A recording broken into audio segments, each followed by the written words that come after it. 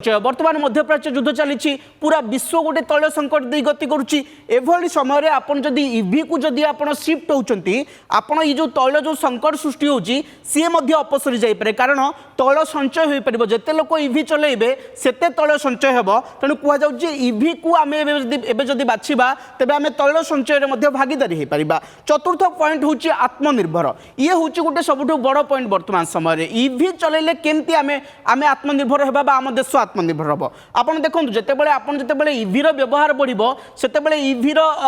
जो आम तैयारी होउची बा उत्पादन होउची सी बढ़ो ईवी विभिन्न पार्ट्स तैयारी हुए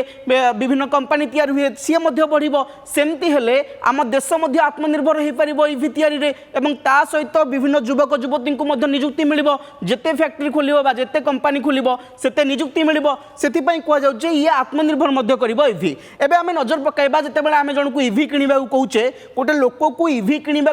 ये चारोटी पॉइंट जी आकर्षणीय ताठू आहुरी आकर्षणीय ऑफर वर्तमान सरकार दौरान